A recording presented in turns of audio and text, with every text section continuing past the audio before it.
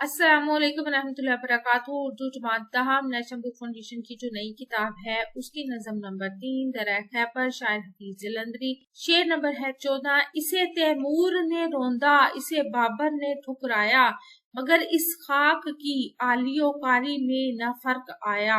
तशरीह की तरफ चलते हैं। शायर हफीज जलंधरी ने इस नज़म में दरिया खैबर की अहमियत हमें बताई है। शायर कहते हैं कि दरिया खैबर पर तैमूर हमलावर हुए और हिंदुस्तान पहुंचे, यानी उन्होंने हिंदुस्तान में दाखिल होने के लिए यही रास्ता अख्तियार किया।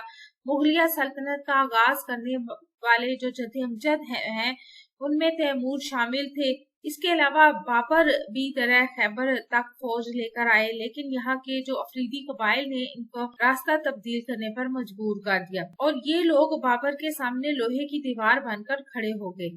तो बाबर को ये समझ आ गई कि ताकत के बलबूते पर वो इस दर्रे को अबूर नहीं कर सकेंगे, लिहाजा अपने आप को मजबूत करने के बाद दोबारा 1519 में वो यहाँ हमलावर हुए और सख्त लड़ाई के बाद सिर्फ एक दिन अली मस्जिद में वक्त गुजारने का मौका मिला। वो जमरूद तो पहुंच गए, लेकिन इनको ख्याल आया कि अगर वो पंजाब जाते हैं तो ऐसा ना हो कि वापसी पर कबाइल इनकी राह में रुकावट जो है वो बने या राह काट लें। इसी वजह से बाबर ने दरिया खैबर का ख्याल दिल से निकाल दिया और अपना जंगी रास्ता तब्दील कर लिया।